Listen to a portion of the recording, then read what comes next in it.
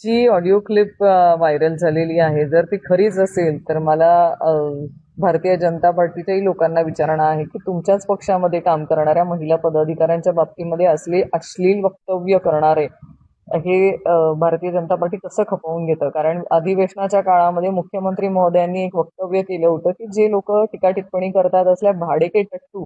अशा लोकांना आम्ही सहन करणार नाही आणि याच्यामुळे महाराष्ट्र बदनाम होतोय. माझं त्यांना विचारणं आहे की असल्या तुमच्याच भारतीय जनता पार्टीच्या पदाधिकाऱ्यांच्या तोंडातनं जर गटार बाहेर पडत असेल आणि या गटारीमुळे ज्या महिला पदाधिकारी आज राजकारणामध्ये काम करतायत त्यांच्या बाबतीमध्ये असे वक्तव्य केले जात असतील तर याने महाराष्ट्राची बदनामी होत नाही का? याच्याने महाराष्ट्रातल्या माता भगिनींची बदनामी होत नाही का?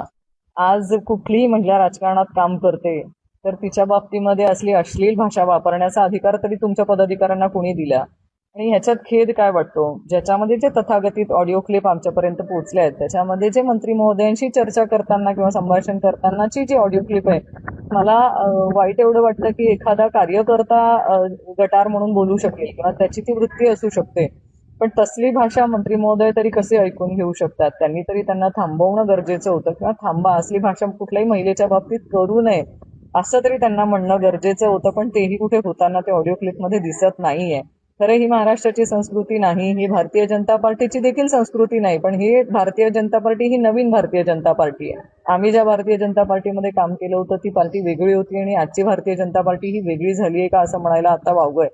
पण माझी या निमित्ताने भारतीय जनता पार्टीमध्ये काम करणाऱ्या माता भगिनींनाही विनंती आहे की तुम्ही आज ज्या पक्षामध्ये काम करतायत, तुम्ही आज ज्या पक्षाचे झेंडे घेऊन काम करतायत, एकदा त्या पक्षाचे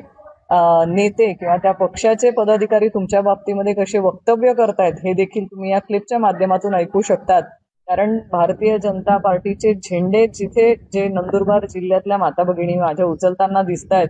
त्यांच्या बाबतीतलेच अश्लील वक्तव्य ह्या ऑडिओ क्लिपमध्ये करताना दिसत, म्हणजे नावं घेऊन ही महिला अशी आणि ती महिला तशी, ह्या असले वक्तव्य त्या ऑडिओ क्लिपमध्ये दिसत आहेत जे खरंच आम्हाला ऐकताना लाज वाटते, पण यांना बोलताना लाज वाटत नाहीये एखाद्या महिले बाबतीमध्ये. तर तुम्ही ज्या पक्षात काम करतायत त्या पक्षामध्ये फक्त तोंडात राम